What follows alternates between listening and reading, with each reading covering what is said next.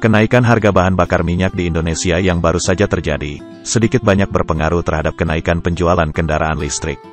Beberapa pabrikan mobil kenamaan di dunia, mulai mengenalkan mobil bertenaga listrik, ataupun mobil hibrid, yang masih bisa menggunakan bahan bakar minyak, dan juga bisa menggunakan tenaga listrik.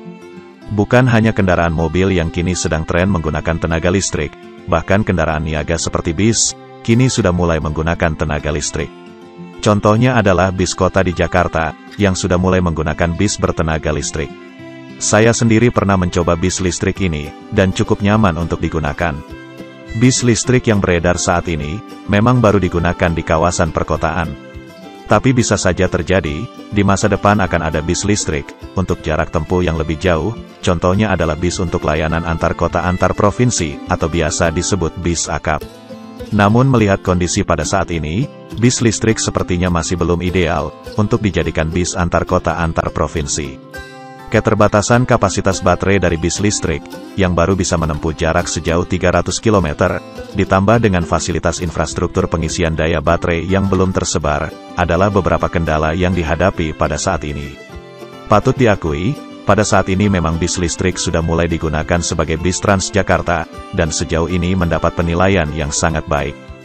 Jika kita lihat perkembangan bis listrik di luar negeri, hingga saat ini juga masih belum ditemui bis listrik yang digunakan untuk perjalanan jarak jauh. Bis listrik yang ideal, memang harus dilihat antara tenaga, jarak tempuh, sampai dengan waktu yang dibutuhkan untuk pengisian baterainya.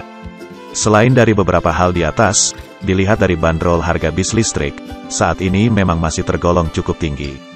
Hal inilah yang kemudian menjadi pertimbangan secara ekonomis menjadi kurang bagus. Keterbatasan fasilitas yang ada saat ini, memang belum bisa menarik minat para pengusaha perusahaan otobis, untuk mengalihkan bis menggunakan tenaga listrik. Selain itu, dengan perkembangan teknologi baterai, mungkin pada saatnya nanti, harga bis listrik bisa ditekan, sehingga menjadi lebih terjangkau lagi. Dengan berkembangnya teknologi baterai, maka bisa jadi nantinya bis listrik bisa menempuh jarak yang jauh lebih jauh, dengan waktu pengisian daya yang lebih pendek. Namun patut diakui, untuk saat ini, penggunaan bis listrik sebagai bis antar kota antar provinsi memang belum ideal. Bagaimana dengan pendapat Sobat Traveler? Tuliskan pendapat Sobat pada kolom komentar.